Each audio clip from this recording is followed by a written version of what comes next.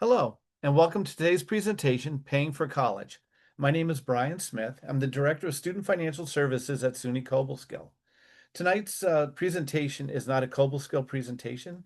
Our mission as a financial aid office is to make sure that both our students have complete knowledge about how to apply for financial aid and what their financial aid uh, responsibilities are, but also to make sure that our community has access to financial aid information and answers to any questions that they may have. So while the financial aid office at SUNY Cobleskill cannot specifically speak to specific college awards or financial aid, we can help any of you, whether you're coming to SUNY Cobleskill or not, to fill out your FAFSA, which is the application for federal aid, your TAP application, and any other New York State applications, and possibly some advice about scholarships. We once again cannot talk specifically about specific schools, but be happy, whether you're coming to Cobleskill or not, to assist you in the initial process of applying for your financial aid. A couple of pieces of advice that I always offer to families before I get started with these things. Number one, the student is our customer. When I say our customer, I'm talking about colleges in general. Big thing to remember, parents, is that from here on out, the majority of the information that's going to come to your family from the college is going to go directly to the student. Students, it's vitally important that you communicate with anybody in your life that might be assisting you with the college application and academic process.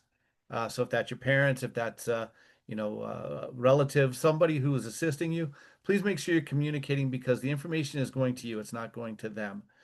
Parents, once again, if you are helping to pay for college, if you're assisting the students through the financial aid process, thank you very much. But as a college, we are federally responsible for protecting the student's privacy. So there are some things that you may have to do with the college to make sure that you're able to communicate with us concerning the financial aid and academic processes. The first one is FERPA, the Privacy Act. Um, Most schools, if you're on the FAFSA, their billing and their financial aid may talk to the parent that's on the FAFSA. In our case, that's what we do.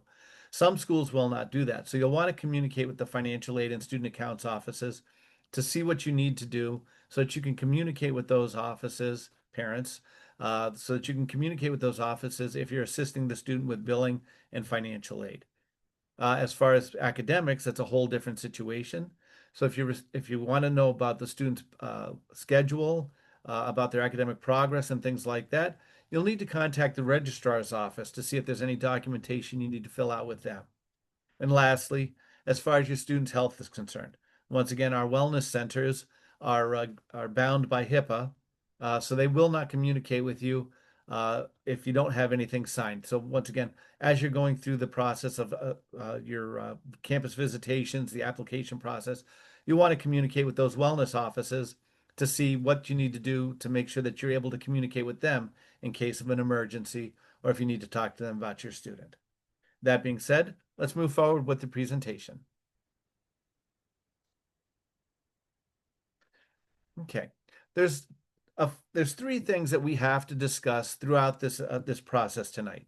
The first thing we're going to talk about is cost of attendance.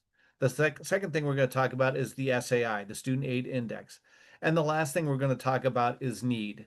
These are three things that you really need to understand because they are what drive the financial aid office when we're setting up your financial aid awards. Okay, so once again, the first thing is cost of attendance. What we're looking at right now is the sticker price of a college. All right, students, do not let this sticker price be what makes you want to apply or doesn't make you want to apply to a school. So while you're looking at this, a SUNY school could cost up to around $25,000 for a student living in state. A community college could be around 11.5, depending if they have residents or if they're a residential school or not. And then private colleges could be up to $76,000. Big thing to remember, and we're going to talk about this a little bit later on, with various scholarships and with federal aid, those private colleges can very well move down into an area where they could be comparable to a SUNY school. So don't let the initial sticker price when you're looking at the school and you see how much it costs to go to that college, don't let that be the deciding factor of whether or not you apply to that college. The second thing that this screen represents are the direct costs for a student going to school. Direct costs are any costs that would be billed to a student. So a student living on campus at any of these colleges, you would have the in-state tuition or a tuition, fees, room, and a meal plan. Those are what are billed to the student so they can come to school. Obviously, if you're not going to live on campus, then all you would have is direct costs. Those costs that are billed to you would be the in-state to, excuse me, the tuition and the fees. Okay, so direct costs, those costs that are you're responsible for paying when the bill comes out. So tuition and fees, and then if you're living on campus, room and meals. All right. If you have any questions about any of this stuff, once again, you're going to have a phone number and an email at the end of this slideshow. Please contact our office so we can go over that with you. So, along with the direct costs, the financial aid office is obligated by law to maximize the amount of information that's needed in order for the student to go to school. And what I mean by that is, obviously, we talked about the direct costs, tuition fees, room and a meal plan, but there are other costs that a student has in order to go to school. They have books and supplies. Most cases, the books and supplies are not charged directly to the student. They're a charge after the bill is paid when the student starts attending college. Transportation costs. That's the cost to come to school, be it whether you're commuting, the gas that it takes to commute, or the gas or a plane ticket or a train ticket to go home during the vacations. Any of those transportation costs we have to incorporate into the cost of attendance. Miscellaneous expenses, the toiletries, the clothing, the things like that that you're going to have while you're in school in order to go to college. So for financial aid purposes, we have tuition, fees, room, meals, books and supplies, transportation costs, and miscellaneous expenses. We have to build all of those into the cost of attendance so that the student can maximize the amount of financial aid if financial aid is the only way they're going to be able to pay for all of these expenses. This is not the bill. Okay. We start this process in October, so we're pulling in information about the room, the board, the tuition, the fees. We're pulling all of that information in back in October for a bill that's going to go out probably 8 or 10 months from now. Okay, so just remember that this is not the bill. So when you get the awards, when you're looking at this, the award letters, these are not the bills. Okay, the bills are going to come out later, and they're going to come out from the student accounts office. So if you see all of this on there, we can't remove transportation. We can't remove miscellaneous expenses because we're required by law to have those in there. Even if the student is living at home with parents, we still have to incorporate some information of home living expenses. Okay, so just so you're clear on that, this is the cost of attendance information that we have to provide so that we can maximize the amount of financial aid a student is eligible for. Sticker price versus net price. This is what I was talking about as far as don't let that sticker price get to you. All right. As you can see, now obviously they're not apples to apples. One's 24,000, one's 13,000. But if you're living on campus, you look at the private college, 51,000, take away the state and federal grants, and that state and federal grant could be up to almost $15,000 between TAP and the Excelsior TAP / Excelsior Scholarship and the Pell Grant. So there's a lot of state money out there. Excuse me, for private colleges, it's not there's no Excelsior, but the state grant, the TAP grant, and the Pell could get you up to almost $15,000. And then the college scholarship brings you down to a range of what it would cost to live on campus at a SUNY school, roughly $24,000. Okay, so don't let that sticker price throw you. The net price is what you're looking at. And we're going to talk a little bit more about scholarships and both private scholarships and school scholarships, institutional scholarships in just a little bit. Financial aid applications. The FAFSA has been open since October 1st. It actually opened a week early this year.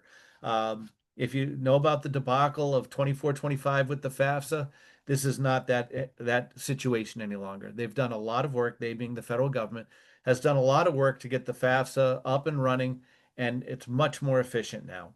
So please get to work on the FAFSA as soon as possible. We're going to talk about why here in just a moment, but get to work on the FAFSA as soon as possible. It is a great product. It moves very quickly. And once again, our office is there to assist you if you need assistance.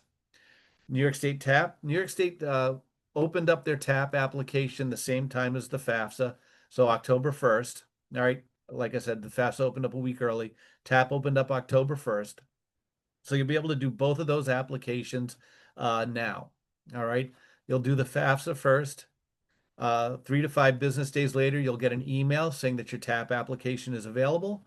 You'll go out, fill out the TAP application, and both of those should process, and they'll be coming to the school shortly. The Excelsior application is not the same as the TAP. It is a state scholarship.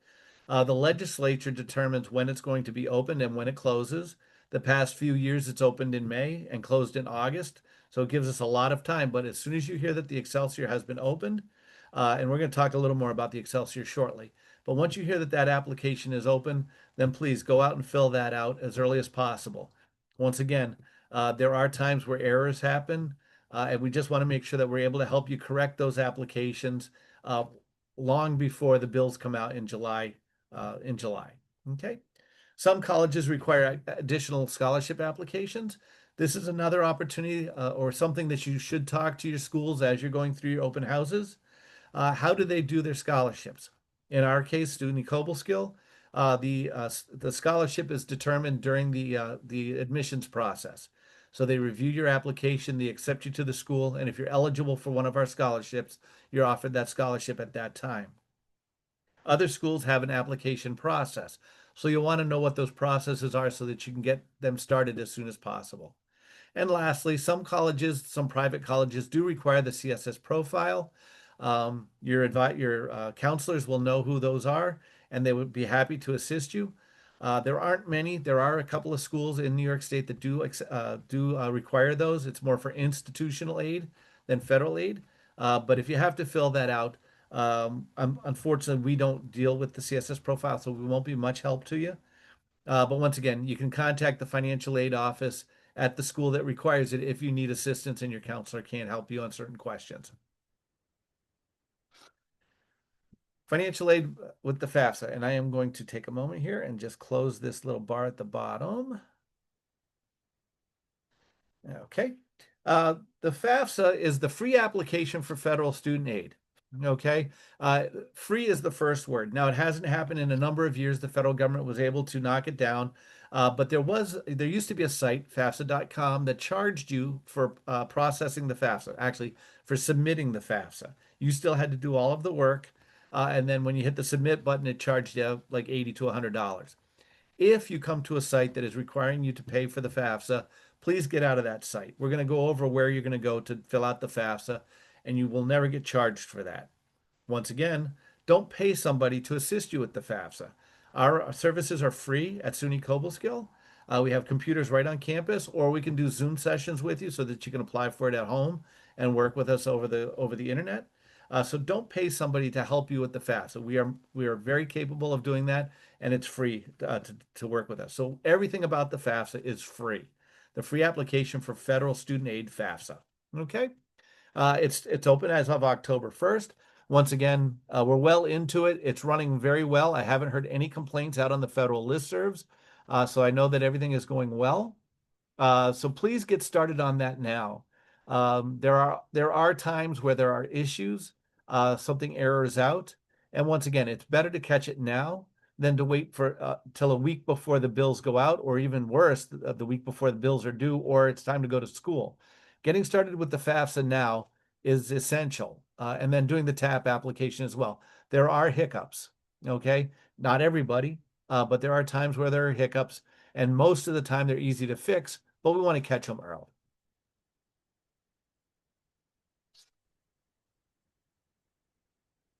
The FAFSA is filled out at studentaid.gov. It says FAFSA.gov here. You can go to FAFSA.gov and fill it out, but I would recommend using the studentaid.gov website. That website is the all-inclusive site for everything that you need to know. Number one, you're going to create an account. We're going to go over creating an account in just a moment. But when you log into your account at studentaid.gov, it will show you all of the federal financial aid that you've received, the Pell Grant and the loans. Okay, it will also show you who your servicer is. The federal government lends you the money, but they can't collect the money. So they have 10 servicers that are responsible for collecting those funds from the students and parents if you use the Parent Plus loan. And this site, studentaid.gov, will show you who those servicers are and how to contact them. And in some cases, starting to make payments right from studentaid.gov. It's also where you're going to fill out your FAFSA under the FAFSA form. Under loans and grants, there's going to be some opportunities as new borrowers. You will be required to do a master promissory note and a loan entrance counseling. You'll do that right at this site, studentaid.gov. When it's time to go into repayment, there are a couple of other segments on this website so that you can look into loan repayment. We're going to ask you to do an exit counseling so that we can gather some information for the servicers so they can contact you when it's time to go into repayment. And then loan forgiveness. There is still a couple of loan forgiveness programs out there. The majority have been canceled, but there are still a couple out there so you can look into those as you're going through your academic career. So a very important studentaid.gov, very important website. I would recommend that you log into it at least once a month just to verify that the information out there is correct. If you see anything that looks wonky or suspicious, please contact your financial aid office so that we can look at it with you and make sure that we correct anything that you might see out there. It might be us correcting it, it might be you correcting it. But let's take a look at it if you feel that something is wrong on that website. All right. So first thing you're going to do, you're going to go out and you're going to create an account at studentaid.gov. This account is vitally important. Number one, it's going to be how you access all of your financial aid information. And number two, it's going to be how the federal government is going to identify you as you go through the FAFSA process. You can ignore the bottom bullet, must be completed in 3 to 5 business days. That's no longer relevant. They do an instantaneous certification of who you are when you complete the FSA account. All right. So you do not have to worry about the 3 to 5 business days when you're ready to start. Create your accounts, both you and your parent, and we're going to talk about that in just a moment. Both you and your parent are going to create an account, separate accounts, and then you're going to go ahead and go right in and start your FAFSA if you haven't started that already. Okay. The FSA ID, the account, username and password is person specific. So if you're a dependent student, both the student and at least one parent is going to need to complete and create an account. It is Social Security number and email driven. So you cannot use the same email on 2 accounts. So parents, if you're filling it out, if you're working with your student to fill this out and you do their account first, please do not use your email address as their email address. It has to be the students. And students, please do not use your high school email address because in a number of occasions, once you graduate or very shortly after you graduate, you're going to lose that email. So if you don't have one already, create another email, a Yahoo, a Gmail, or whatever other email you want, and use that email for your FSA ID. The FSA ID is based on your name, your date of birth, your Social Security number. These are all verified through the Social Security Administration. So you have to use the information that's on your Social Security card. So if there's been a marriage, a divorce, a adoption, something where your name is changed from your Social Security card, for right now, use the information that's on the Social Security card. When you change the Social Security card information, then once everything is complete, you'll change your FSA ID to reflect the new Social Security card information. Okay? Because once again, everything that you do is going to be verified through Social Security. You do have the option of putting on the mobile phone number or not. I would recommend using the mobile phone number. You do have two-factor authentication anytime you go into your account. So the information goes to the text much quicker than it goes to the email. So it's more of a convenience thing. But I do recommend putting that mobile phone number in there as well. When you go out to studentaid.gov, you're going to go under the FAFSA application. I would always recommend starting with the student. There are some instances, some very rare instances, where it's easier to start with the parent and go backwards. But for most cases, start with the student information and then pull in the parent's information from there. Okay? And we're going to talk about what that's going to be in just a little bit. But those of you who have completed a FAFSA previously prior to 2024, it used to be you would start with the student's information, go through, put in some financial information, put in parent information, everybody signs the FAFSA, and then you're done. It was one single form. The form now is actually more of a uh, is more segmented. So the student does their portion, and then they invite the parent in to contribute their information. So the parent is what they call a contributor now. And we're going to go over that a little bit more as we go along here. We're going to go back to the FAFSA in just a moment, but the other very important website is HESC. You can see it down here in the orange. Skip the tap part is hesc.ny.gov. Okay, you can see up in the upper right-hand corner student account sign in. When you go to hesc.ny.gov, you're going to be able to look at all of your state financial aid information. So if you apply for the TAP grant, if you apply for Excelsior, if you apply for the various other scholarships that are available, you'll be able to see that all through that student account sign in. This is also a very valuable resource as far as just plain information. How to apply has a lot of information about how to apply for the various scholarships. Under Find Aid, talks about all of the state grants and scholarships that are available to the students. Okay? When you fill out the FAFSA, 3 to 5 business days after the FAFSA has been processed, you'll get an email from HESC or Higher Education sending you to the tap.hesc.ny.gov/TOTW. Tap on the website. That's where you're going to complete your TAP application. Okay. After this year, once you've completed the TAP application, once you've completed the Excelsior application, been approved for either of those or any of the other state grants and scholarships, going forward, you will use that website, tap.hesc.ny.gov/TOTW, to complete all of your applications. It will be one New York State financial aid application. So if you go into this the first time and you see that wording, that's because in the future, it will be all of your all of your applications in one. For this year, though, it's just the TAP application. Okay? So make sure you get into that TAP application and do the TAP application. All right, we're going to bounce back to the FAFSA now. The FAFSA, the financial aid application, some information that the FAFSA uses is going to be the number of people in the household, some financial information, which we're going to discuss in just a few moments, uh, and then some untaxed income that we'll talk about in just a few moments. It's going to create the student aid index. So once again, prior to 2024-25, if you filled out the FAFSA, you would have seen an EFC, the expected family contribution. It turns out that that name and the definition of expected family contribution caused confusion in some of the people filling out the FAFSA, where they thought that that was what they were going to actually have to pay for school. So a student with a 0 EFC thought they weren't going to have to pay anything for college. Unfortunately, that is not the case. So starting in 2024, 2025, the federal government is now using the Student Aid Index, or SAI. That number is figured out based upon the information on the FAFSA, and we use prior year information. So in the past, once again, and this is in the long past, you would have filled out the FAFSA using the prior year's information. So in 2026, 2027, you would use estimated 2025 tax information, and then you'd have to go in and make corrections once you did the tax return, assuming that you didn't do all of the information correctly. Well, the federal government changed that a number of years ago to using prior year information.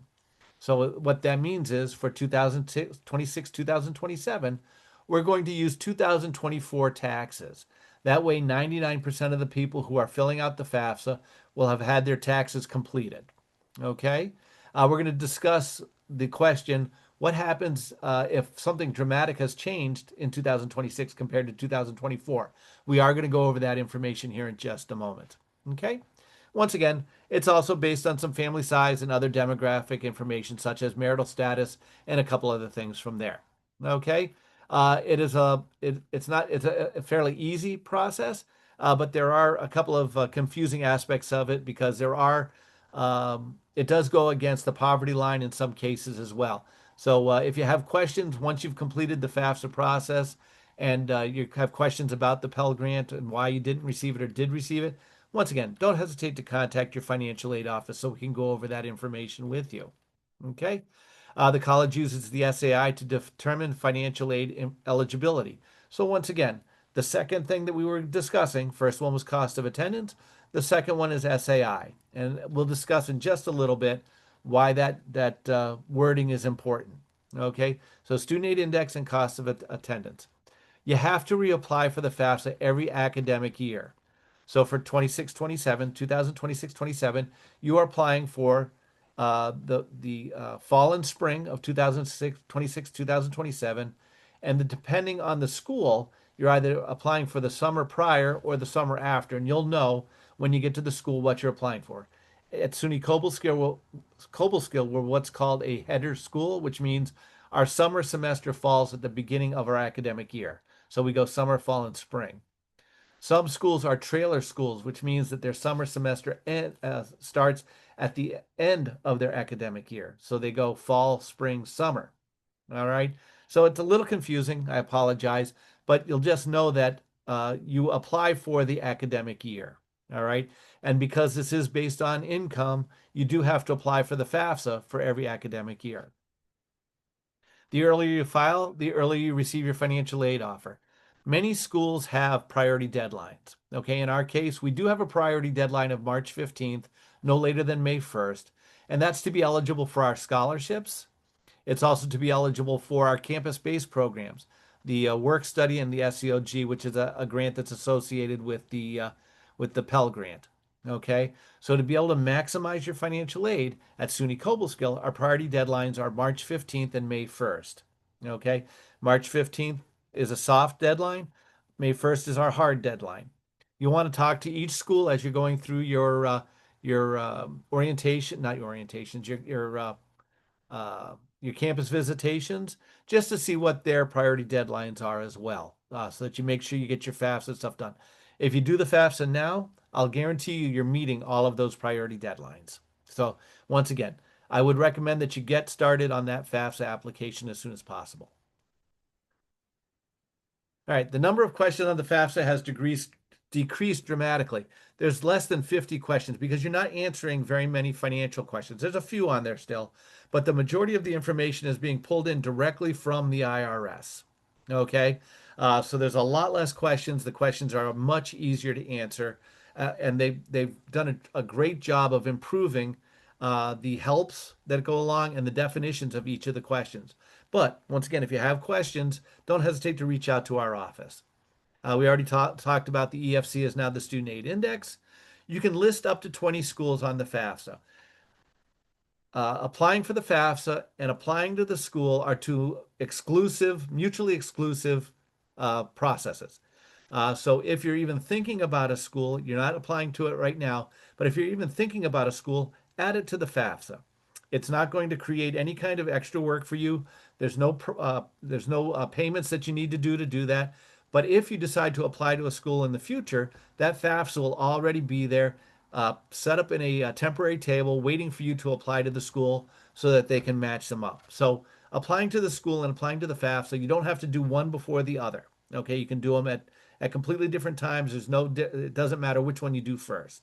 Okay, but I do recommend throwing at least one school from New York State on the FAFSA so that you can complete the TAP application just in case if the only schools you're looking for are outside of New York, you don't get accepted to them, you decide not to go to them, you want to go to a school in New York, while doesn't take forever, it could take up to 2 or 3 weeks for that TAP application to get processed and get sent to a school. So you want to have that TAP application filled out as early as possible. So one of those 20 schools should be a school from New York State so you can get that TAP application rolling. You will see a few questions on there that are not going to be sent to the schools. They'll all be on the same page. They're going to be asking about sex, race, and ethnicity, and might be a couple of other ones. These are not questions that are going to be going to the schools. It's strictly for federal purposes. Mostly, it's just for statistics. So once again, it's not going to be used against you in any way, shape, or form.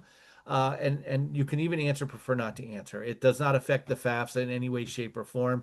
It is strictly for federal purposes and for them to just to see who's filling out the FAFSAs and how to improve it if there's any issues for any particular group. The data retrieval tool, which is what we've been using for a number of years now, has been replaced by the federal taxpayer information. So when you're going into the FAFSA, you are going to be asked to give permission to the federal government to pull the IRS information into the FAFSA. Even you're going to give consent. That was the word I was looking for. You have to give consent to the IRS to pull in information, even if there is no information. Pull that information into the FAFSA. If you do not give consent, that FAFSA will error out and will not be valid until both the parent and the contributor, the student and the contributor, have given consent to the IRS. Okay? And then we're going to talk about custodial parent. We're going to talk about what parent needs to go on to the FAFSA here in just a moment. Okay.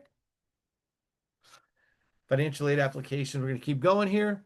I just told you about the consent that has to be given. Okay. Even if you don't have any information at the IRS, the consent has to be given in order for the federal government to process that FAFSA. Um, uh, We'll go down to the new need analysis. Once again, we removed the number of students in college. Okay, the new process does not look at how many students are in college. It did not. The whole formula has changed. Okay, so if previously you did it and you put in number in college, the whole formula has changed, and it actually is a better product now. More students are getting federal aid, and most students are getting more federal aid than they would have in the previous uh, formula.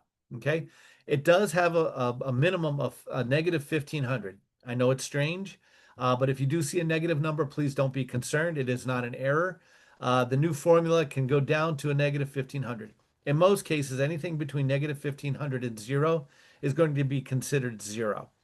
So you're going to get full Pell Grant from a zero to a negative 1,500. What this does help with is the need. Once again, we're going to talk about need here in just a moment. But if you do see a negative number, once again, do not be concerned. Okay. Child support received up until for the last couple of years was considered an asset. No, excuse me. It was considered an asset. No, it was considered untaxed income. So it increased your income uh, as far as the FAFSA was concerned. It's now an asset, so it's weighted much less in the formula than it was previously.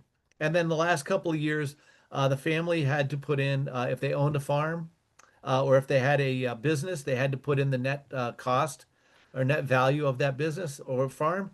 That's no longer the case. You do not have to put it in if you have a business of less than 100 employees or a farm that you are currently working. You do not have to put the net price of that net value of that farm or business. All right. Who's the parent for the FAFSA? A student is a dependent student if they are living with a parent. Okay. Now, the parent can be an adopted parent, all right, or a biological parent. It cannot be a grandparent that they call mom or dad. Okay. They are not the parents. The parents have to be either biological or adoptive parents. They uh, can be married. Okay. If we have two biological parents who are not married, but the student, if they are living together and the student lives with both of them, both parents have to go on to the FAFSA. Okay. If the same thing with adoptive parents. If we have two adoptive parents that are not living together, but the student is adopted by both parents have to be on the FAFSA. Okay. If the parents are divorced or separated, all right, the person that goes onto the FAFSA is the parent that provides the most financial support during the last 12 months. The reason I emphasize financial support in the past, I would have said the parent that the student lived with would be the parent that 99% of the time is going to be the one that goes on to the FAFSA. Slightly different now because in that case, even if the parent was living on alimony and child support from the non-custodial parent, because that money was flowing through the parent, they were considered the parent for the FAFSA. Now it's saying that if the non-custodial parent is providing the majority of the support, that non-custodial parent is the one that is supposed to be on the FAFSA. Okay. I'm still going to say that 95% of the time it's going to be the parent that the student is living with. But just be aware that if the only thing that custodial parent is living on is alimony, child support, and the non-custodial parent providing health insurance, other benefits, then that non-custodial parent is the one who's going to be on the FAFSA. Okay, but if you have questions about who should be on the FAFSA, please contact the financial aid office. Too often I hear that the parent that claims the student is the one who fills out the FAFSA. Once again, that is not correct. Okay. It has nothing to do with who's claiming the student. It's who is providing the most financial support. And once again, we'd be happy to go over that information with you. And then step parents. If the custodial parent or the parent that's going on the FAFSA is remarried, whether that step parent is not providing financial support to the student for college or not, that step parent has to be on the FAFSA. Federal government says that the parents are not responsible for paying for the student's college education, but any parent in the household is responsible for providing their information on the FAFSA. Okay, so that includes parents and step parents. Okay, once again, non-custodial parent does not go on the FAFSA in any way, shape, or form. Verification. There's two forms of verification that we are responsible for collecting information from the families on. The first one, which has decreased dramatically, is income verification. But if we do contact you and ask you to fill out a verification worksheet and provide your 2024 tax information, federal tax information, please get that to us as quickly as possible so that we can verify the FAFSA and start processing your financial aid. We cannot put financial aid, federal financial aid, on your account until we've done this verification process. The second one, which is becoming more prevalent for the last couple of years, and I think we're going to see it probably for the next year or so until they can figure out, they being the federal government, can figure out a better way to verify the student's information, that the student who's applying for the FAFSA is the one who's legitimately going to school. We do have a second one where we have to collect a statement of education where you verify that you understand that any federal financial aid you receive has to be used towards educational expenses. And we have to collect a copy. Well, we have to see physically your state issued ID, state or federally issued ID. And then we have to take a copy of that to put in our record so we can validate you are the one who signed that statement and that you are physically going to school at our school, either online or when I say physically, I mean that you are actually attending our school either online or in person, but it is actually you. Unfortunately, there has been a lot of identity theft and federal aid going to bad parties. So verification, in order to get your federal aid, possibly your Excelsior scholarship, which is state grant, but it's based on you receiving Pell, or whether or not you receive Pell, because that is taken out of Excelsior. We're going to talk about that in a moment. So there's a number of aid that cannot go onto your account until we get the verification done. So it is required that we collect that information from you. This is just a sample award letter. In New York State, every school, every New York school has to have on their website or available to the student somewhere a New York State information sheet. Okay. So talk to your school about where that is. In our case, once you have access to Banner Web, which is where we do all of our non-academic stuff. Well, actually, we do some of our academic stuff there too. But you'll be able to review that state information sheet on our website. Okay. We have what's called the SUNY shopping sheet. All right. But it is available out there. It's the same format that was required by Governor Cuomo a number of years ago, that all New York State schools have access to this. It's set up basically like what you see here, only it's broken out far better. What you're going to see on those shopping sheets are the cost of attendance on the top. Okay, it's going to tell you about the tuition, the fees, the room, the meals, the other costs. It's going to tell you whether they're direct or indirect costs based upon your living circumstances when you're at school. It's going to break out your grants, each grant individually. It's going to then have another section, a separate section for loans. That way you know what the free money is, what the loan money is. Okay, that money that you have to pay back. And that's going to give you some other options as far as how to pay for college.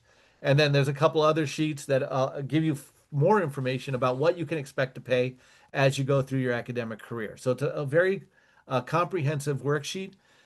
Each school is going to send you some form of information in the email or in the mail. In our case, we send out this one. Okay, but each school is different about the information that they're going to send out initially. But you will have access to that information sheet so that you can compare apples to apples. All right. If you have questions about your award letters, please contact us. We'd be happy to go over and compare them with you. Once again, we can't tell you how the other school arrived at certain things, such as institutional scholarships, things like that, but we can at least compare and tell you, what you're looking at. And that's just a little closer, just showing that unfortunately financial aid doesn't always cover your complete bill. Okay, so at school at Cobleskill to live on campus, $23,000. This student received $15,000 in grants and loans. They still have to come up with another $8,100 somehow in order to cover the rest of that of the costs to live on campus. What if your finances change? This has actually two slides in one. This one deals with what we call special circumstances. So you're filling out the financial aid based upon 2024 tax information. You as a family have to use 2024 tax information. That's the law. You have to do it. But what the federal government has done is given the financial aid offices the ability to change that federal aid based upon what's going on in your circumstances now. These are the three biggies that we deal with: job loss or income reduction, divorce or death of a parent, divorce, separation, or death of a parent, and extraordinary family expenses. But there's a number of reasons why you may have a whole different income level than you did in 2024. There could be medical expenses. There could be natural disasters.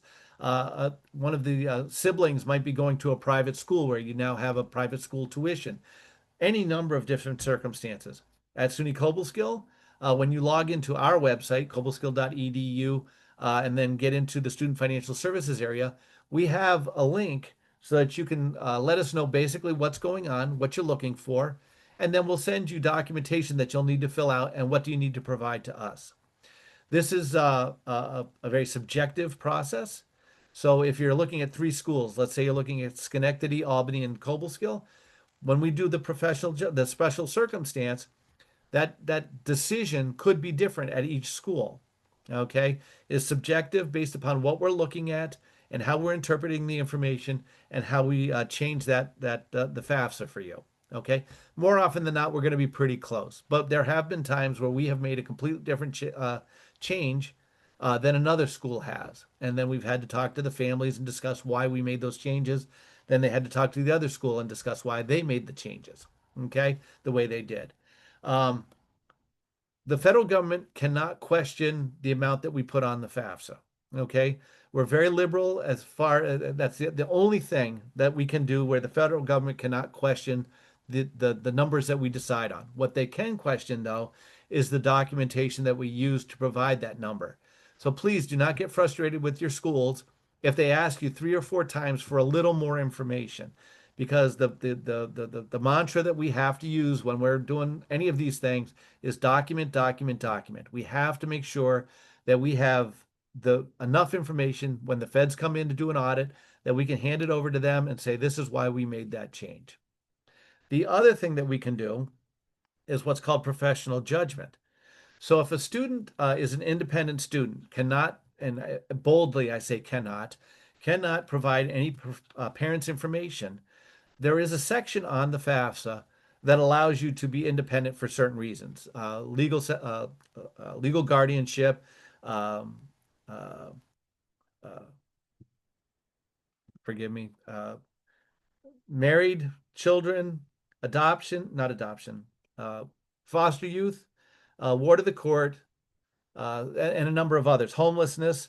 There's a number of reasons why a student can be an independent student. Once again, you still have to provide documentation, but it's easier documentation than if you aren't living with your parent and you have to prove it. Okay. So if you can answer yes to one of the independence questions, make sure you have that documentation available because we do still have to collect that documentation to show that you are independent. Once again, in case we're audited, we have to show why we allowed you to remain independent.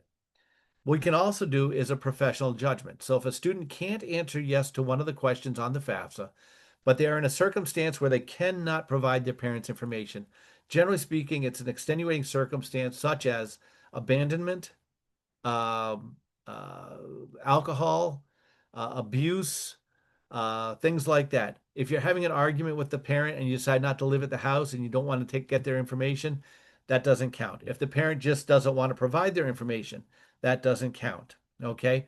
But once again, just like with special circumstances, if you feel that you're in a situation where you can't answer yes to one of the questions on the FAFSA, but you don't feel safe providing your parents information, contact your school.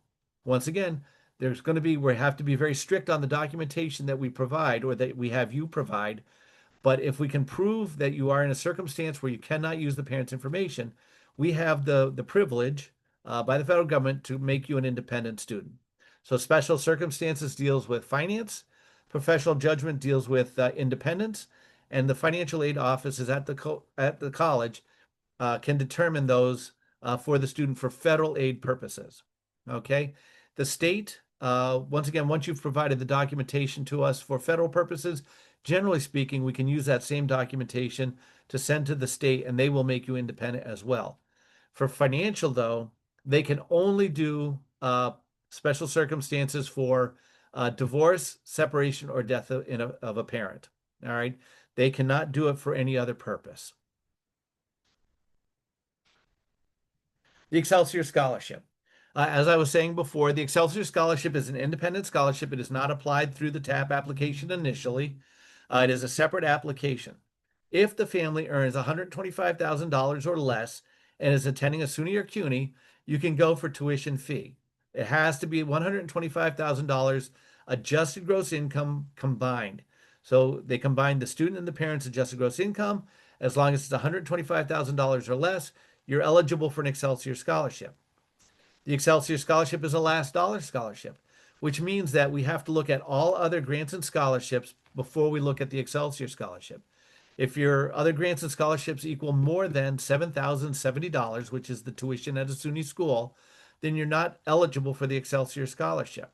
Okay, so even though higher education is going to say you are eligible for an Excelsior Scholarship because you meet all of their criteria, when they send your information to the school, we are then responsible for making sure that you're eligible dollar wise.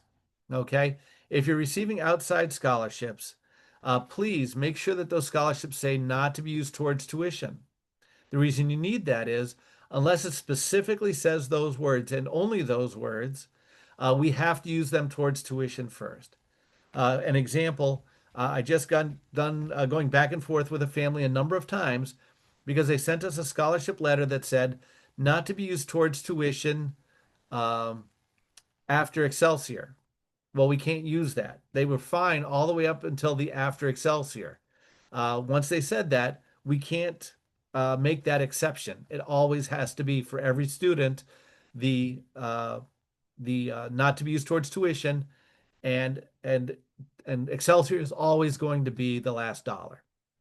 Okay.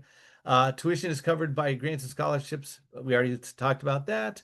So it's the last dollar. Now there's a lot to the Excelsior Scholarship, and most schools do a little tutorial as you're going into college. But there's a lot more to the Excelsior Scholarship than there is to the other financial aid programs. So make sure, number one, that you read the contract that they're going to have you sign prior to taking out the Excelsior Scholarship. And then if you have questions about the Excelsior Scholarship once you've received it, don't hesitate to contact the school and get a little more information. Okay, at SUNY Cobleskill, we have a little fact sheet. A lot of schools do.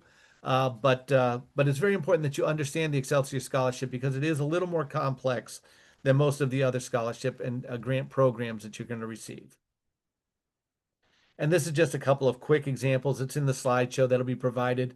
When we send this out to the schools, we'll have a slideshow provided on the same website that we're going to put the link for this. Scholarships. Scholarships, vitally important part of your academic career.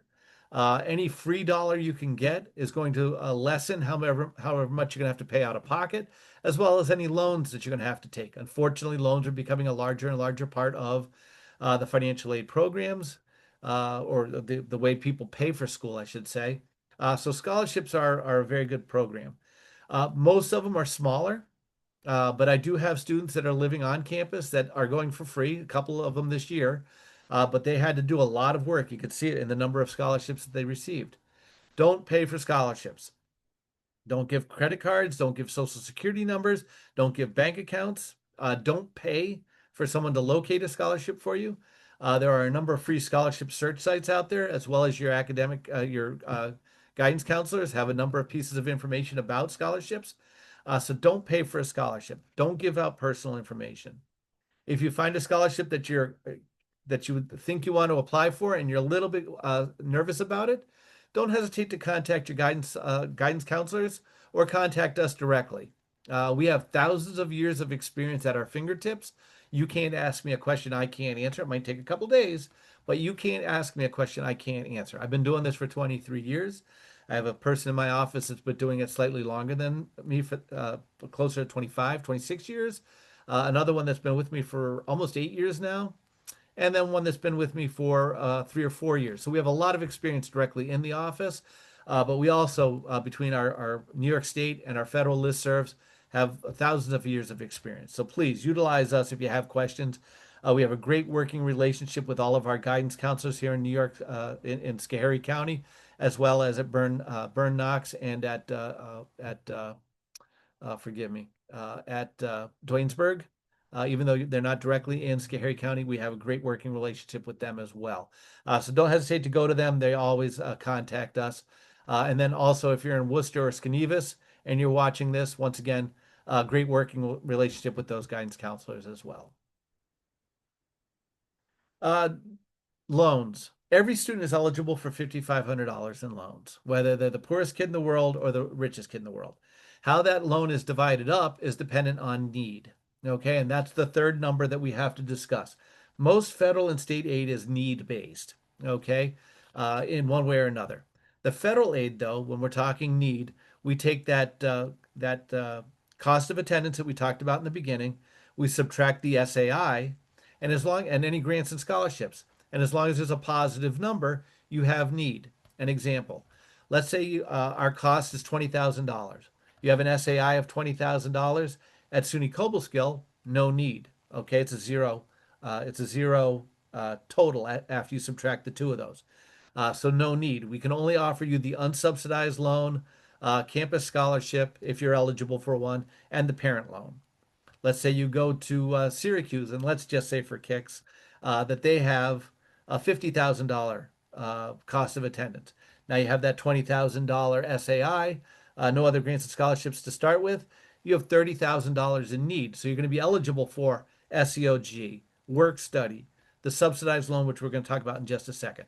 So any of those need-based programs you're going to be available for. So cost of attendance, SAI, need. Those are the three big numbers, three big words that you have to, or acronyms, subjects, things that you need to understand as you're going through your financial aid process, especially if you're in the higher income brackets. Okay, so once again, back to loans. Everybody qualifies for 5,500. Depending on the need, you can get up to $3,500 of that in subsidized loan, where the government's paying the interest. Okay, and the other 2,000 is always unsubsidized. And then once again, depending on your need, once you start moving up, any subsidized loan becomes unsubsidized loan as your need decreases. All right. So subsidized loan, no interest while you're in school. You don't go into payment on the interest or the principal of the subsidized and unsubsidized loans until 6 months after you stop going to school, at least half time. The unsubsidized loan, the interest is accruing while you're in school after each disbursement, after each payment is made on that loan, you start accruing interest on that payment. The Parent Plus loan is a loan in the parent's name. Okay, it is not a student loan in any way, shape, or form. It can be used to cover the cost of attendance, minus any other financial aid. The repayment on the parent loan starts after the second disbursement, but during the application process, you can defer it up to 6 months after the student stops going to school at least half time. Then it's similar to the unsubsidized loan where you're not paying until later, but the interest is accruing. Okay. Uh, There are benefits to the federal loans that are not available in the private loans, but as of right now, I just went to a conference, talked to a number of lenders in the private loan market. If loans are your only other option, please look at the private loans because with good credit, there is the potential that a private loan could be in the same range as a Parent Plus loan. I don't see interest rates going down that much over the next year in 26, 27, where that may not be the case. So we'll be happy to work with you to compare the two. We certainly can't make a suggestion about which one's better for you. That would ultimately be your decision. But the private loans for the last couple of years have been very comparable interest rate wise to the Parent Plus loan. So, just make sure you're comparing those if you have to take out loans going forward. Rule of thumb, students, don't take out more than your starting salary. Okay, so there are sites where you can look at what your starting salary could be depending on what your vision is for your first job. But please limit how much you're taking out in loans. All right, as you know, there is a loan crisis out there.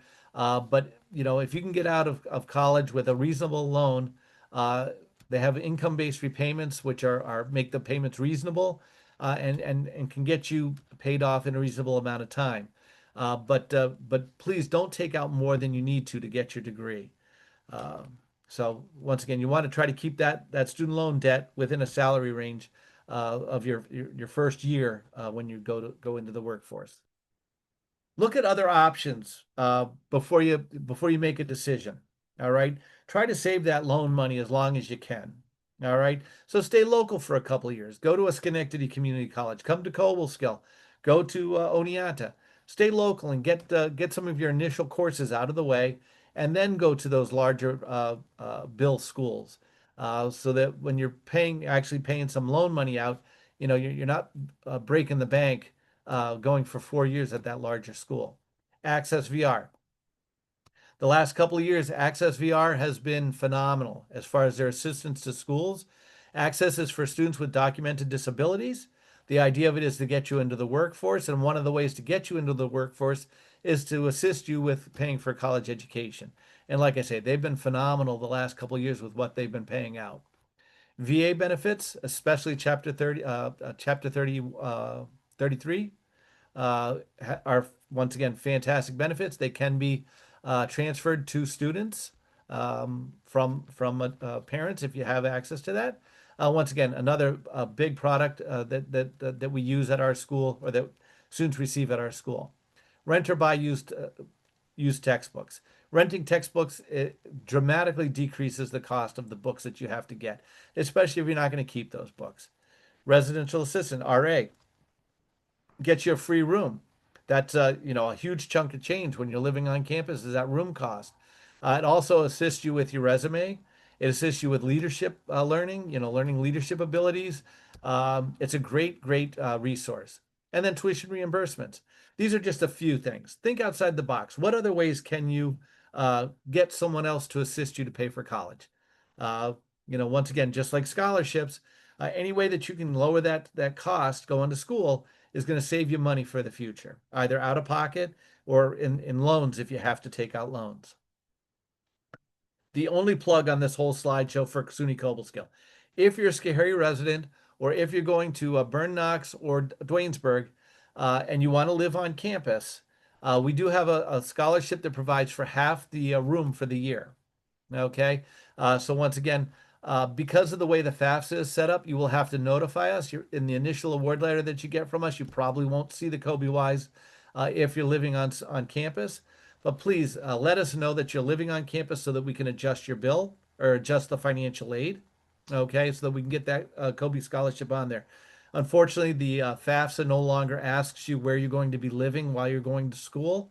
It's a vital question. I don't know why they took it off. But because of that, we make some assumptions, but we do not offer the Kobe Wise on the initial award letter. So please let us know if you plan on coming to Cobleskill so we can adjust that and get you a new one. Once again, my name is Brian Smith. Please contact our office if you have any questions at all. Once again, whether you're coming to SUNY Cobleskill or not, contact our office so that we can either talk to you directly or set up a Zoom session so we can talk to you on the line, or you can visit our office. You do not have to make an appointment. We have enough representatives that if you come into the office, you might have to wait for a couple seconds, but we can visit with you and get you onto a computer so that you can start filling out the FAFSA or any other questions that you might have. Thank you very much, and have a great evening or day.